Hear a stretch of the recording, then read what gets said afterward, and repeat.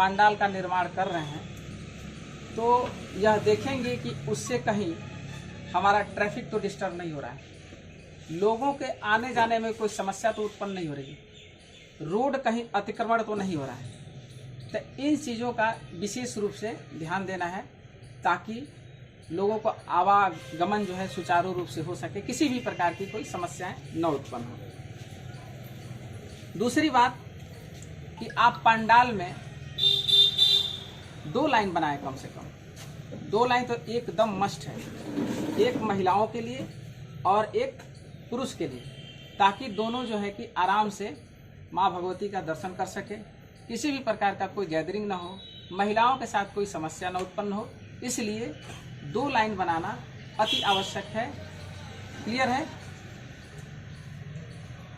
और जो भी आप पंडाल का निर्माण करते हैं तो आप बिजली वगैरह भी देख लीजिए, अच्छी तरह से उसका वायरिंग, चाहे जो भी आप कनेक्शन जो भी लेते हैं तो उसमें कोई नंगा तार नहीं होना चाहिए। इसका विशेष रूप से ध्यान दीजिएगा।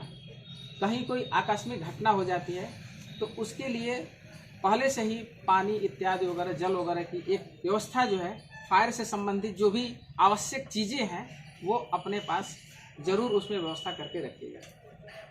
और भी बातें हैं, जैसे आप सीसीटीवी कैमरा, आप पंडाल में सीसीटीवी कैमरा लगा दें, ये निर्देश है ऊपर से भी ज़रूरी है। और आप लोगों के लिए सुरक्षा के दृष्टिकोण से भी, हर एक दृष्टिकोण से भी सीसीटीवी कैमरा बहुत सहयोग करेगा। आपके लिए भी ईजी हो जाएगा, हम लोगों के लिए भी ईजी है, सबके लिए भी ईजी है। और सीसीटीवी कैमरा आप लगावें और साथ ही A4 साइज में उसमें आप उसका एक प्रिंट आउट निकलवा दें और उसमें आप यह लिखें कि आप जो है कि सीसीटीवी कैमरे की निगरानी में है, और जगह जगह पर इसको चस्पा कर दें। क्लियर है? क्योंकि बहुत सारी घटनाएं हो जाती है, उसमें कोई किसी का चैन खींच लेता है, कोई कुछ खींच लेता है, कहीं कोई बात हो जाएगी तो आदमी जो है आराम से पहचान में आ जाएगा। जो भी शरारती तत्व है किसी भी प्रकार का कोई शरारत इत्यादि नहीं करेंगे। एक चीज़ और कीजिएगा, वॉलेंटियर बहुत ज़रूरी है, वॉलेंटियर भी बहुत ज़रूरी है। आप जो भी पूजा कर रहे हैं उसमें अपने 20-25 अधिक से अधिक वॉलेंटियर रखिए, और एक बैच जरूर आप दे दें।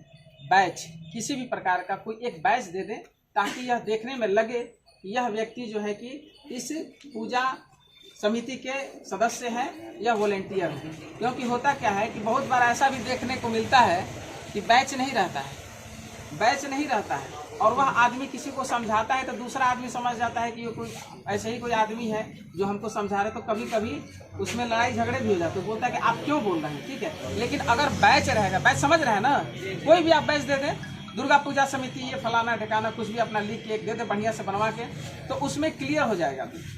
चाहे और भी बहुत नीडी लोग हैं जिनको कोई ज़रूरत पड़ती है तो अब वो किससे कहेगा, ये तो पुलिस को देखता है, नहीं तो पूजा समिति के जो लोग हैं उनको खोजता है आदमी। तो कोई समस्या भी हो जाएगी तो कोई बैच वगैरह रहेगा तो आदमी जो है तुरंत उस व्यक्ति के पास चला जाएगा और अपनी समस्या बता देगा। सही समय पर सही आदमी के पास समस्याएं जाएंगी तो उसका निदान भी सही समय से और तुरंत हो जाएगा। क्लियर है? तो बैच भी एक आप लोग अपने स्तर से प्रोवाइड कर दीजिएगा, एक बनवा दीजिएगा।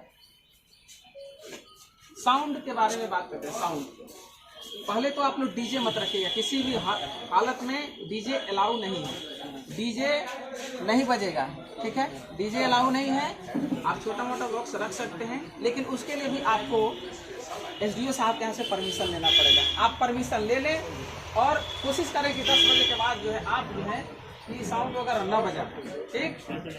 हमारी बात समझ रहे हैं आप लोग? क्योंकि एक तो ध्वनि प्रदूषण बहुत ज़्यादा होता है, 9 दिन 10 दिन लगातार चलते रहता है, और बहुत सारे ऐसे पेशेंट लोग होते हैं जिनको ध्वनि से प्रॉब्लम होता है कि नहीं?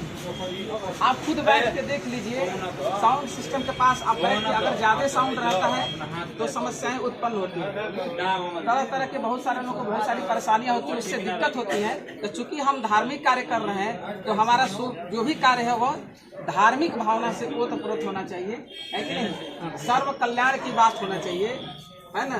कल्याण की बात होना चाहिए ना, परोपकार है शतान भी होते हैं।